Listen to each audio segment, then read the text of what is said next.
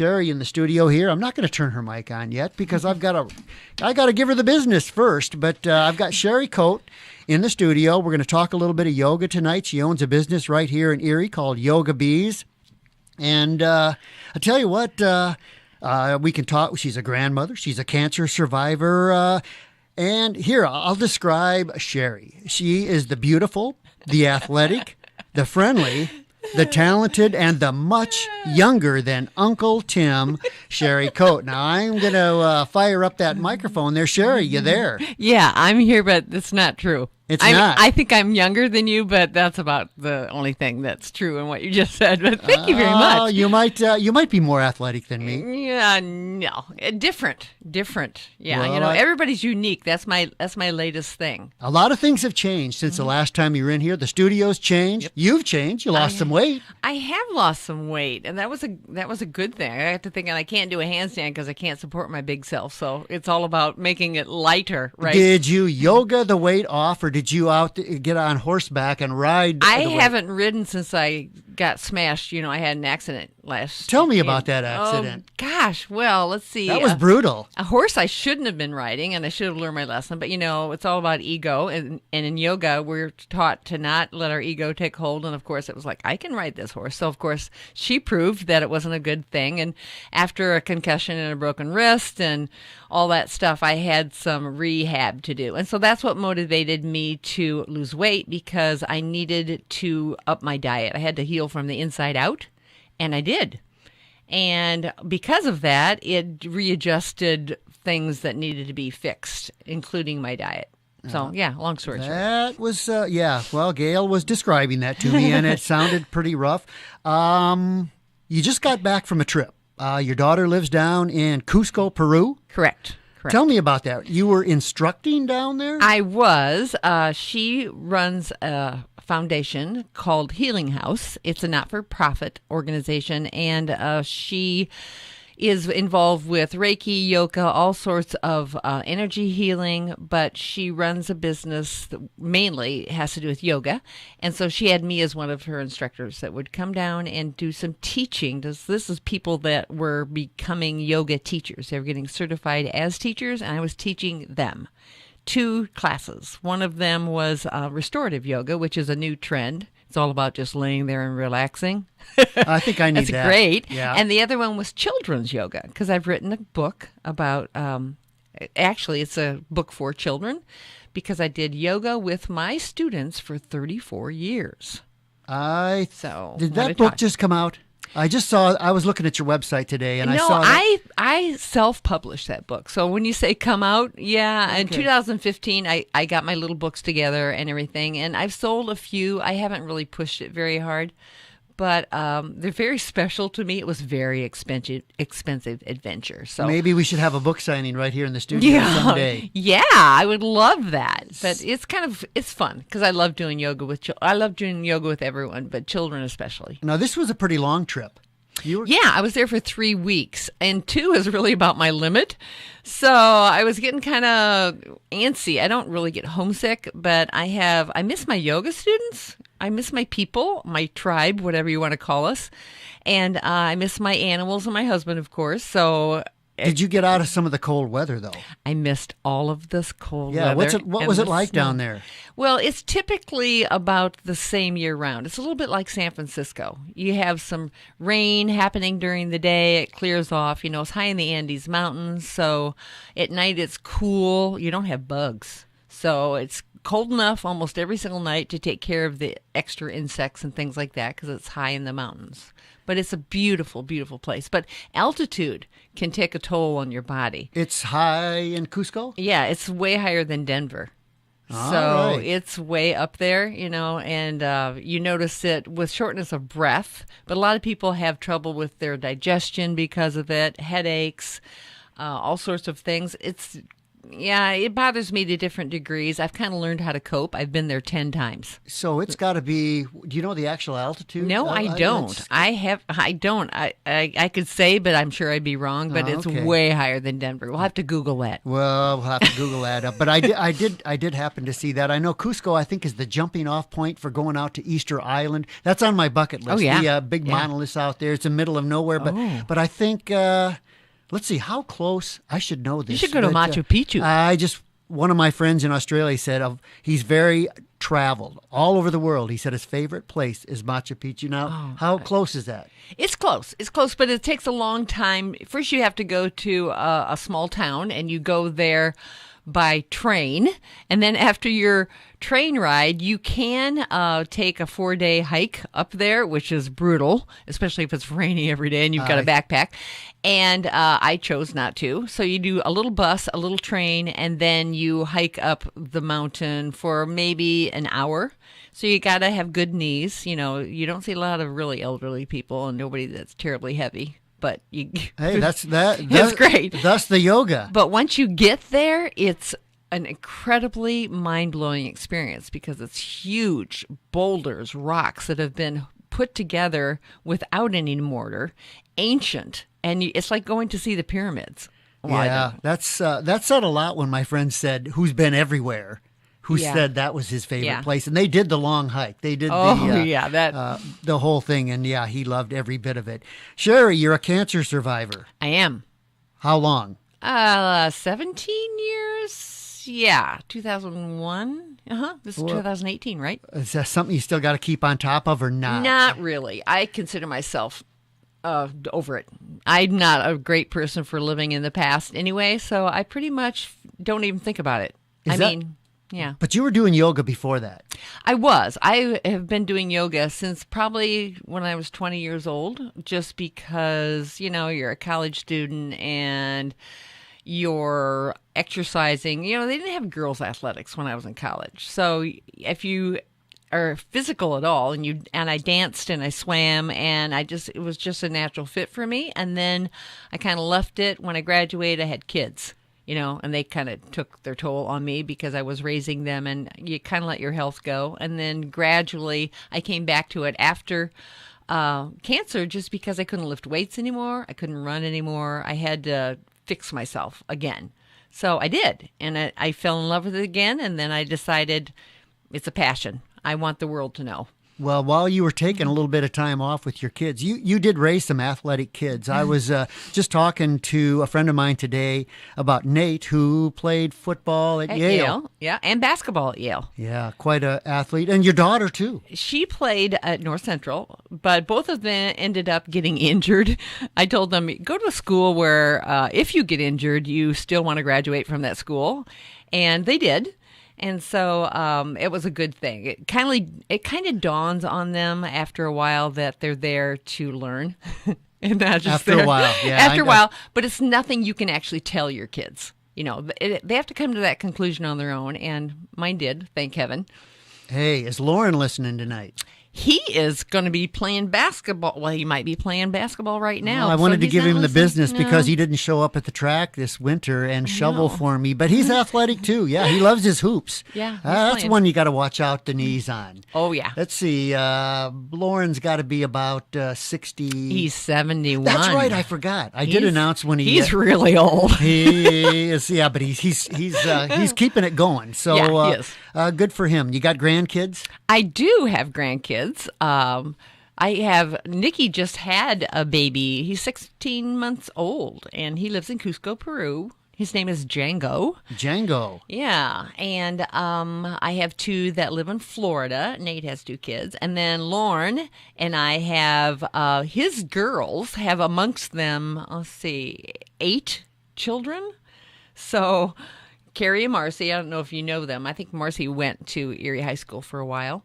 But one of them lives in California and the other one lives in Rockford. So there's a lot of grandkids. They go from being in the Navy on a submarine, which is the oldest, to 16 months old. Wow, that's quite a range there. It is. So I thought that was interesting. I never really knew what Nikki was doing down there. It is like I say, a non-for-profit, Yeah, and it's called. If people want to check it out, it's called. You could just Google Healing House. Yeah, and in fact, I gave you your card, and I think it even has her website Okay, name on it. and But just Healing House works. remind me, what does Nate do down in Florida? I just kind of was He runs curious. his own business. It's called keyperformance.com, and he started out in various places, Chicago and San Francisco, and pretty soon it dawned on him he didn't want to work for anybody else. Nate's not a good person who has ever worked for anybody else. He wanted to run the show. So he started his own business. He and 3 other guys right now, they have lots of employees, and it's a computer consulting business, which is amazing considering the fact that he never got to take a computer class at Erie High School. He just took to it. So, Yeah. Well, good for him. And getting down to yoga. We ready to talk yoga? Oh, we are. Definitely. You're much younger than I am, so you can handle. few months. Actually, I do know that yoga has this stigma that it's only for women, and it is not. I know there are so many good things. I mean, the relaxation alone, and the flexibility and the balance. I know I'm forgetting some of them, but I know there's lots of different kinds of yoga. Well, if you think about it, 5,000 years ago, when they first recorded somebody doing a yoga pose, it was all men. In fact, in India, women were not allowed to do yoga. So they started doing yoga secretively on their own. So it's not until just the last few hundred years that women have done this. So I don't know. It's mainly started out as just a man thing. So well, yeah. I could use it for the stress relief, but that's why I still go pound myself at the track. I would like to do yoga, but it's down in my list of things to do, and I just don't get there. Maybe someday I'll get there. And you've got the perfect yoga teacher at your house. That's right. You do. I tell you what, I've seen her do. She can do everything. She can do and everything. She's absolutely awesome. And so, yeah, just a big shout out to Gail there. Yeah. Come on, she would teach me yoga, but she knows I'll never take enough time. I'm always running around. But tell me about some of these different. What is your actual title? Just yoga instructor, or yeah. Or you can call me guru if you want. Guru. So a teacher, actually the word guru means teacher. People think, oh, it's something magical, mystical. It really isn't. It just translates to the word teacher. In ancient times, when you learned yoga, you got yourself a guru, and you learned how to do yoga from one person. It was always taught one-on-one. It's not until we've commercialized it and turned it into the practices it is actually in the West. It's become very in a box. The poses have to be done a certain way according to certain traditions. And when you do the lineage and you check, there is no ancient tradition, actually. Everybody was doing yoga at about the same time. And in fact, there are even some North American Indians who do yoga type poses, and they were doing that way back when people in India and people in China were doing the same thing. So India likes to get the credit for being the place where it originated, but I think people were mindfully moving everywhere at the same time. What country do you think does the most yoga? India? Or is that hard to say? Actually, it's hard to say. Because the population is so huge over there, and because they live and breathe in it. I mean, it's part of here it's part of a physical, mental thing. But over there, they use it for their religion. It's very spiritual for them. It's not for us here in the West. It can be, but it's usually not.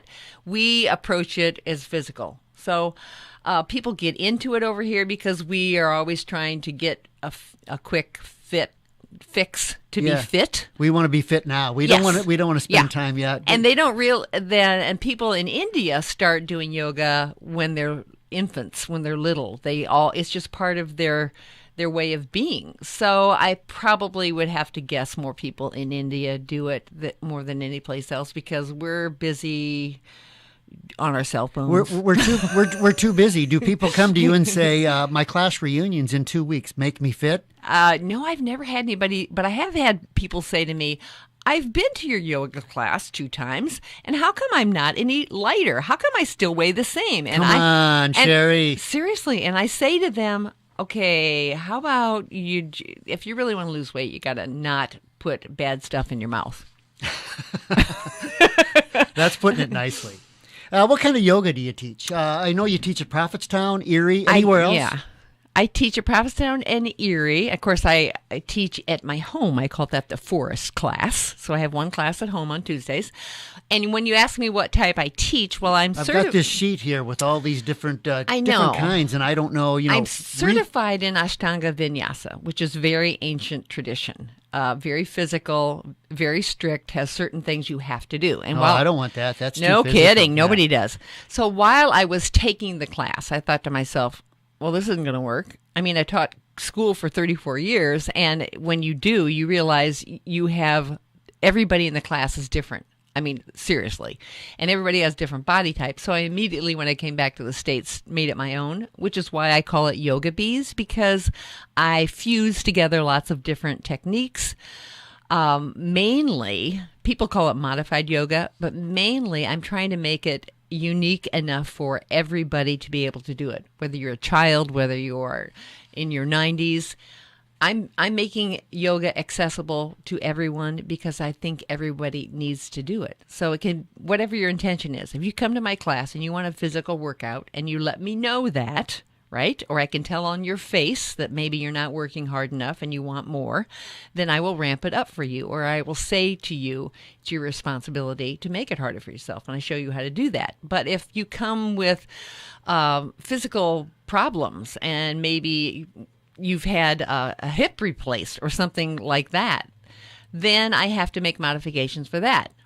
So, and you can deal with lots of things, even emotional stress. Those things you can fix. Mental, if you've got monkey brain, we call it in yoga. If I got a lot of monkey brain. Right. You have thoughts popping in and out, and it's hard for you to sleep, hard for you to gear down and practice stillness. You know, we've all forgotten how to be still and how to relax. So yoga is the whole package. You can come and be just a physical student, you know, and really work yourself. And if that's where your journey needs to be and that's where you are at this point in your life, perfect. Stay there. But eventually you may change and things happen and you have different needs. And so every single day, every moment is different. You just got to be present with what you need that day. Are you saying that there are no excuses for people not to do yoga? Exactly. There is, if you can breathe, really, seriously, if you are mindful of your breath and pay attention and listen to your breath, you are practicing yoga. If somebody would be interested in your class, what's the best way? I know that you can just get on the web and Google your name, Sheri, S-H-E-R-I, Coate, C-O-A-T-E. Yes. It'll take you right to the site, or Yoga Bees. All right. It's yoga-bees.com, and it'll take you right to my site. You can call me. When you get to the site, you'll get my phone number. You can call me. You can email me, whatever. A lot of people like to do that because even though I explain it on my website, they want to know more, and then I'll let you know more about what would be a good fit, what class to take, where would be a good beginning. If they've taken yoga before and they want to take from me and they know some of the poses, then there's a different class. They would probably be happy. But actually, I could teach, except for children, which they have about 10 seconds of attending. And adults are usually a little bit longer. It's hard to mix adults with children's, but I also have taught a mommy and me class. So there you go with your little toddler who's running around and you corral them in and then you do a few poses and they do poses with you. It's kind of fun. It's more of a corralling the kids and doing some physical stuff. It's not very restorative or restful. Somebody around the area, they want to come to Erie, they want to take your class. Is it every day? Tell me, how many times they can just come when they want, or is it right now? Is it 3 days a week? Well, I teach 4 days a week, but my classes in Erie that kind of compare are Mondays and Wednesdays, and that's at the Erie Elementary. I have a class at 4 o'clock at the Erie Elementary that is for people that have taken yoga before and kind of have an idea of what they're doing. And then I have a class I call Easy Bees, and that's at 5:15. And it's for people that not are just beginners, but people that don't want to make it a super duper hard workout, or they've got some mechanical problems that they're dealing with. So those classes are both an hour. And then I teach at Prophetstown on Tuesday mornings from 9 to 10 in the gym, sometimes by the pool if it's really cold. And then I teach at Prophetstown Thursday evenings. I have 3 classes, 4 o'clock, 5 o'clock, and 6 o'clock. But you have to call ahead because the class only holds 5 people because I finagled a back room so that I couldn't be in the gym with balls bouncing and people screaming and doing step classes. So I begged, and they said, well, okay, it only holds 5 people. And I said, no problem. My classes are small. Yeah. And then I have a class on Tuesdays at my house. And I have a yin yoga class, which is static. You hold the pose for 2, 3, 4, 5 minutes, and you stretch. So that. And then I have a working beat class, which is my hardest level of class. Those people come, and my Tuesday night class is where I really work people if that's what they wish. And Gail comes to that class, so you know. You gotta work it. So that's it. And I only do it Monday, Tuesday, Wednesday, and Thursday, and I probably will never add a Friday or a Saturday class because I'm retired. I know there's no age limits, and I do know that people, go stir crazy in the winter. But even in the summertime, if people are not athletic, and like you say, need a way to relax and work as hard as they want to work, that's something that they could I have pursue. I have a different schedule that I'll put that on my website, and you click a button, it'll show you the summer schedule. It's going to be changed a little bit this summer, and it usually ends when school ends, and I'm not in the elementary school anymore. Prophetstown stays the same because I'm dealing with the Prophetstown Park District, and their schedule is usually the same. But the school thing, I have to do a little flip-flop, and I haven't quite thought it through. I'm pursuing lots of avenues. You're going to need a lot more room after being on the Uncle Tim show. All 6 listeners might want to sign up. So, well, yeah. Okay. You made me laugh today when I stopped over there at the school because you said you're going to make me do a pose. You're going to make me do a pose on the air. And I've always been curious about yoga, but I never want to take the time for it. I'm too busy stressing myself out over there at the track. But you surprised me the last time I saw you. You had pink hair. I know. I'm over the pink hair. I'm into what I'm calling now edgy hair, which is actually messy hair. But I can go with messy hair. I don't know. You hung up the pink. Yeah, I'm over it. Who knows what'll happen because every day is different for me. But I'm kind of going for crazy messed up hair. All right. Well, that's easy. Yeah. What I like about your yoga is you combine it all. And you don't have one strict thing where somebody's got to know one type of yoga. I do like the fact that you're versatile and you can work with all different types. I mean, 90-year-olds, you need to move. You need to do something, whether it's, something is better than nothing. Right. And, I've been doing some research lately. I've got a book called Your Body, Your Yoga, and it's written by Bernie Clark. And it's an anatomy book, actually. But he explains that if you don't do anything, you can get osteoporosis from not doing anything. I mean, I'm talking even stressing joint on joint stuff, which you think, oh, no, we're not supposed to ever do that. Well, you don't do it until it's painful, but you still do it to your limit as far as you can. Because if you don't do it, you get osteoporosis from lack of use. And if you overdo it, then you get osteoarthritis. So what you have to do is find your limit. I call it the Goldilocks edge. So does Bernie Clark.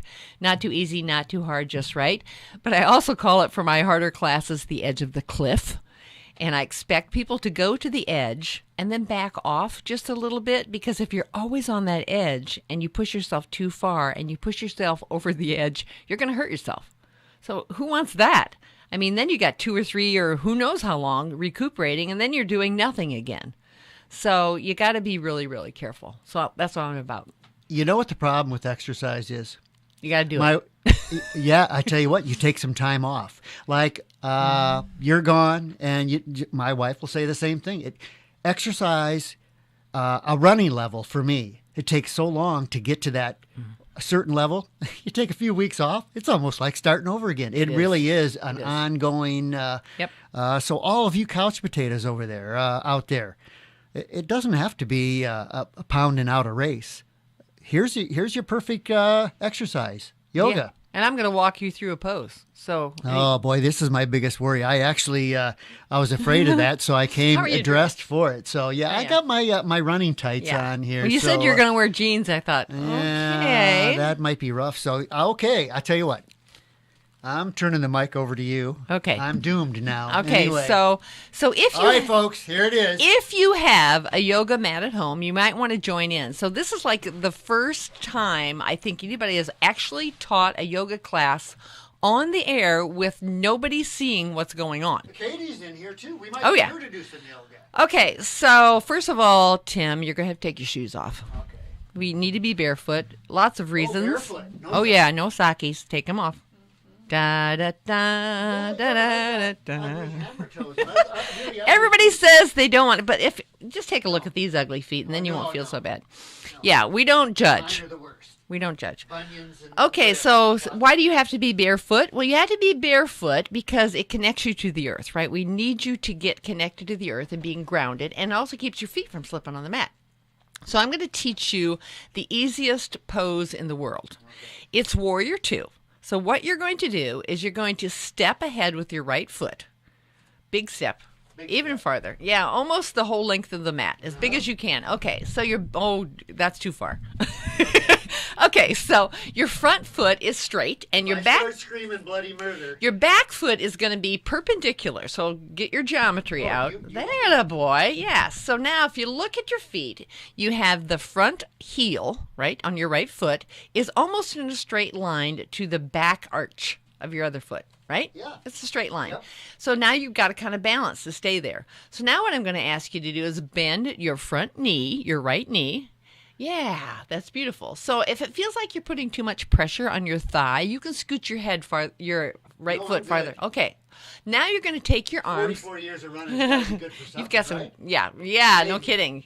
So now you're going to make your arms horizontal with the earth and go the same direction as your legs. So your right arm, that's it. Not one of these. No, I'm going to do yeah, one of these. yes, that's beautiful. That's beautiful. So what I want you to do with that back arm is I want it as high as your front arm. We're So, doing this? yeah, you are. So I'm going to adjust your back arm. Turn your thumb so it's down, pointing down to the ground. Yeah, that's going to make it a little bit easier for you. Turn it so your palm is facing down to the earth. Yeah. Now, does it feel better for your feel like a rotator warrior. cuff? Right. Yes, it's warrior. Well, I tell you what, though. This do is have warrior, terrible- too. I have terrible balance. So I Well, can see it's where going to this would- work on this, Yeah, right? yeah. So now we're going to really test your balance because you're going to combine. Oh, let's take the palm of your front hand and put it down too. So now both of your palms are facing the earth. You don't have to. You can switch it as you want. This is how it traditionally looks. So now we're going to turn Warrior 2 into Reverse Warrior. Your legs are going to stay exactly where they are. Okay. Your right arm is going to go up toward the sky, and you're going to turn it so you can see your palm and look up at your hand. Yeah. Now you're going to take your other hand, left hand, and put it on your left thigh. Well, that's your hip, but your thigh is there. Yeah. Yeah. And now you're going to lean back. I'm worried about not tipping over, but I'm Keep okay. leaning back. Lean back. Yeah. Good. Now go back to Warrior 2. That's the first. Yeah. Oh, wait. Palms down. This was Warrior 1. That's Warrior 2. I haven't even shown you Warrior 1. Oh, okay. Now go to Reverse Warrior. No, I already forgot just- what it was. Yeah, Oh, arm up. the one that I just did. Yep. Yeah. Yes. That's your inhale. Now go back to Warrior 2 and exhale. Oh, okay. Now you're going to bring your right arm up and you're going to inhale. Go back to Reverse Warrior. Inhale. Exhale, Warrior 2. Inhale, Reverse Warrior. And Yoga career, exhale, This is it. Warrior 2. Okay. So now you got to switch feet. What? You got to switch feet. Now I'm switching. Because it's all about balance, right? So now you remember kind of how to get to Warrior 2. Your feet are Or perpendicular. was it the back? This Yeah. is what it was. Perpendicular. Yep. Okay, you got to know your geometry. And you're bending your front knee, which is your left knee now. Beautiful. And your arms are horizontal, and they're going the same direction as your feet, your legs. Good. And your palms are down. That is absolutely magnificent. So that's Warrior 2. Uncle Tim, magnificent. So in Sanskrit, it's Virabhadrasana 2. And now you're going to lift your right arm or your left arm up, and you're going to gaze at it. That's Reverse Warrior. Yeah. So let's turn it into that moving pose. You're going to exhale to Warrior 2. Beautiful. Inhale, reverse warrior. Exhale, warrior 2. Inhale, reverse warrior. It's a balance challenge. Keep going. Right. Keep going. One more. Yes. Beautiful. Hey. So now you're out of the pose. You learned 2 poses. Now, what it does is, obviously, why do I have you balance? I have you balance for several reasons. Obviously, when you practice balancing, you get better at balancing, right? Right. That's important. But the other thing that it does is it works on your core. So every time you feel like you're falling over and your body readjusts, you do a slight little tightening of all those muscles. And you can't, from being in that pose that you can't just stand there willy-nilly and still maintain your balance. You have to have some tightness going on. But the most important thing I think that balance poses do for people is it helps you quiet your mind. Did you notice that it was hard to carry on a conversation? That's right, because then I can't pay attention. I can't figure out what I'm doing. I don't know which is my left thigh and which is my right one. Yeah. But when you're really balancing in a pose like tree, which is on one foot, then you have to stop messing around. Your mind can't go monkey braining. You have to concentrate and focus. So what do we have going on in our society? We have a lot of people who can't concentrate because we multitask all the time. I know it's important because you get stuff done, right? And I'm a great multitasker. But if your mind has to do that all the time, it gets tired. It's just like running a marathon all the time. Actually, that is why I go to the track every day. Not so much for the exercise. The meditative, it's one foot more in mental. Front of the other. It's more mental than anything else. And that's what repetition does. That's why people will recite mantras. That's why we listen to our breath in yoga. It's because it's over and over again. It's the same repetitive stuff. And you don't even have to think. You get in almost a trance-like state. Your theta brain waves take over. And that's what meditation's all about. You can call it whatever you want. You're doing a running meditation. You're putting one foot in front of the other. There's a rhythm. There's a rhythm to your breath. There's a rhythm to the movement. So you were just doing a rhythm here. You inhaled in reverse warrior, exhaled in warrior, or vice versa. Don't remember. But whatever it is, you try to match. If it's a moving pose, you try to match the rhythm of your breath to the pose. Makes you very aware of your breath, and it makes you very aware of the pose. So you can't think about anything else. And what happens is you become present. And that's what being present in yoga is all about. It's paying attention to this moment right now where we are. You can't change the future and you can't change the past. So don't worry about them. Let them go and just concentrate on where we are. Now, I did go down south and see the full eclipse and was one with the universe, but that was only one day, though. So I guess I need to, you know what I really like about yoga? Even though I'm not doing it, I go over there and pound myself on the track.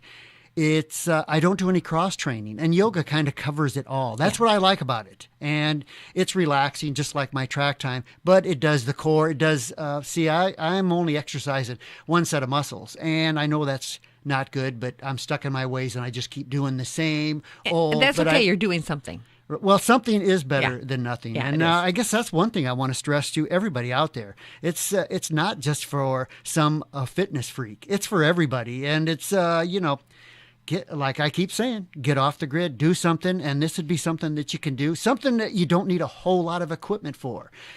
Get yourself a mat and a pair of stretch pants. Sweats work. Sweats work. I was never much for fashion, and anybody that's ever seen me on the track knows that I will not give up on a garment. I wear the worst stuff ever. I was actually all worried about what I was going to wear tonight because I got the ugliest clothes in the world, because it really doesn't matter as long as I do something. So, well, there you have it. I love this. This is great. Yo, I tell you what, I'll let you know when I'm ready. Okay. I know. I'm over there destroying. I love it. I love it too much to give it up. But I tell you what, just the mental aspect of any kind of exercise in this society really, really helps. They have done some research, on actually, I've done yoga-related research, and they've proven that you can actually help yourself with age-related things like Alzheimer's and dementia and those things. So, I mean, it's bad enough to be old and not be able to move, but to be old and not be able to think, what a horrible way to go. Yeah, I've been thinking about aging a lot lately. And actually, I've been, when I hurt my knee in a fall a long time ago, I tell you what, the worst thing you can do is not exercise. Right. You will lose it. You'll stiffen up and tighten up, and I can see where the flexibility and the balance. I've got terrible balance, and I can see where that would really and you can also make me. it aerobic, If you do a sun salutation, you'll have to have Gail show you a sun salutation where you inhale and you exhale in each pose. It becomes very fast, very aerobic, and Kundalini yoga, very aerobic. You're breathing very fast, a lot like Pilates. There's lots of different techniques. It doesn't all have to be slow and easy going. There's so many different ways. When you think about it, it's a mindful movement that's been going on for thousands of years. So there isn't a single way you can move your body that really can't be called a yoga pose. Well, I've always thought that I would like it, but like I say, it's all a time thing. I do have to apologize to both you and Katie for traumatizing you with having to look at my feet tonight. So I didn't even look at your feet. Okay, good. A lot of years of pounding has done. Well, people can always buy yoga socks or yoga paws. I have some yoga paws, and they're little grippy things you can put on the bottom of your feet. You got to throw that mat away now, though. Well, I've already heard you say that. That's okay. Just in case you want to do yoga on a surfboard. They do yoga on, boards. Hey, we have Surf Rock Monday here on the Uncle Tim Show. Yeah, so people get their boards out and do a little bit of yoga. Yeah, you can do yoga on a surfboard, so it's possible. A little slippery. That's where you need yoga paws. Well, I've seen what yoga can do for Gail. I've seen what yoga can do for you and your other students. So, and like you say, doesn't matter. 90-year-olds. Hey, that's right. Something is better than nothing. Exactly. So, and it's not an expensive thing, and you're easy to find, and well, after tonight, though, you will have to get a bigger facility, I'm sure. So I appreciate you can only the exposure. Hope, so. Anyway, anything else? No, I'm good. I think you've pretty much covered everything I know and do. Look at that. Somebody's calling in here, but I don't think I'm going to take this call. Katie can if she wants to, but no, I'm not going to. But anyway, want to thank you for stopping in. I know you stayed late after work just to come in here, and you didn't even want a bottle of water or any pop or anything. No, so I'm not good. a pop person anyway. Yeah, you got to watch what you put in your body, Yeah, but you haven't got Lauren switched over to yoga though. Oh yeah. Oh, you do. Oh, okay. He will not do yoga with me. He won't come to a class, but he does yoga. He knows poses. Well, I know he's fit, so and he does it before. We belong to Anytime Fitness. I'm going to give them a plug over there in Clinton.